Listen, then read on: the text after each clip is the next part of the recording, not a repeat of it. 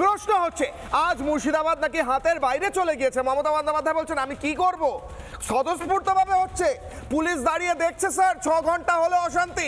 মমতা বন্দ্যোপাধ্যায় মিথ্যাচার করছেন। বলুন নীলাভ। দেখুন, পরিস্থিতি হচ্ছে মমতা ব্যানার্জি 2011 থেকে 2026 এই 15 বছরের শাসনকালে হাতে ধরে লক্ষ লক্ষ পরিযায়ী শ্রমিক তৈরি করেছে। তার কারণ কি, বাংলায় তো কাজ নেই, বাংলায় চাকরি বাকরি নেই।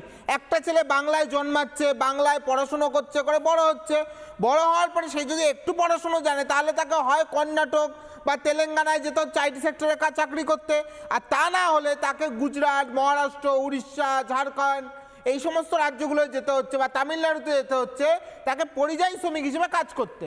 এবার সেখানে গিয়ে যখন পরিযায়ী শ্রমিকরা আক্রান্ত হচ্ছে তার ফল কিন্তু রাজ্য সরকার নিচ্ছে না। কিন্তু আমার বক্তব্য হচ্ছে মমতা ব্যানার্জি দাঁড়িয়ে যদি শুধু মনে করেন স্টেটমেন্ট দেবেন একটা পরিযায়ী শ্রমিক বাইরের রাজ্যে আক্রান্ত হলে, এটা তো সঠিক না। উনি তো রাজ্যের মুখ্যমন্ত্রী, তাহলে রাজ্যের মুখ্যমন্ত্রী হিসেবে, রাজ্যের প্রশাসনিক প্রধান হিসেবে ওনার তো কর্তব্য সে উড়িষ্যা হোক, কেরাল হোক, ঝাড়খণ্ড হোক, তামিলনাড়ু হোক, গুজরাট হোক, মহারাষ্ট্র হোক, উত্তরপ্রদেশ হোক, বিহার হোক, সারা ভারতবর্ষের যেখানে বাংলার ছেলেরা কাজ করতে গিয়ে আক্রান্ত হবে, মৃত্যু হবে, সেই সমস্ত রাজ্যের মুখ্যমন্ত্রীদের সাথে ওনার প্রশাসনিকভাবে কথা বলা, বলে এই জিনিসটা বন্ধ করা।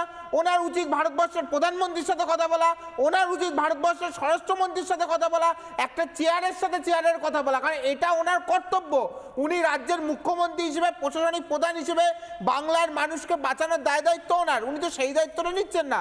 উনি দাঁড়িয়ে শুধু রাজনীতি করছেন, বক্তব্য করছেন, আর সেই বক্তব্য পরিযায়ী শ্রমিক একটা বাইরের রাজ্যে মারা গেছে, দুর্ভাগ্যজনক, তার বিরুদ্ধে মিথ্যাচার করছেন তো, এসআইআর বলছেন উনি। বক্তব্য রাখতে তো আমরা সবাই পারি। নীলাভ, তোমার কাছে আমি আসবো, কিন্তু আমার একটা ব্রেকিং নিউজ দিতে হবে। আমি একটা বক্তব্য শোনাই। বক্তব্যের কথা বলছেন তো নীলাভ, আমি বক্তব্য শোনাই। বক্তব্যর কথা এর আগেও মনে ছিল আমাদের সিদ্দিকুল্লাহ চৌধুরী বলেছিলেন টাইট দেব, তারপর সত্যিই টাইট কিভাবে দিয়েছেন তিনি, দিয়েছে সেই ব্যক্তি আমরা দেখেছি। মুর্শিদাবাদে কি হয়েছিল, তারপর গোটা রাজ্যে কি হয়েছিল। নানা ধরনের কন্টেন্ট দেখার জন্য লাইক করুন, শেয়ার করুন আমাদের ফেসবুক পেজ, সাবস্ক্রাইব করুন আমাদের ইউটিউব চ্যানেল। পাশাপাশি অন্যান্য ব্রেকিং নিউজের জন্য অবশ্যই চোখ রাখুন রিপাবলিক বাংলায়।